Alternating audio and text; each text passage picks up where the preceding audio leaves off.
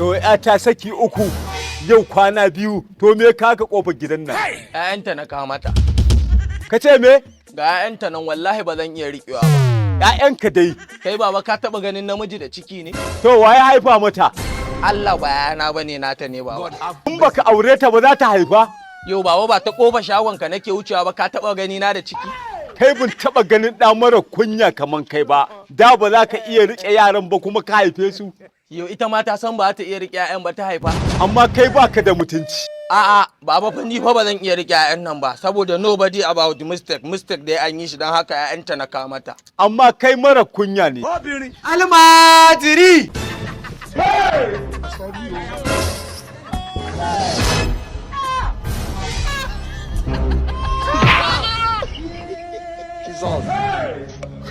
Tun safe ban karya ba.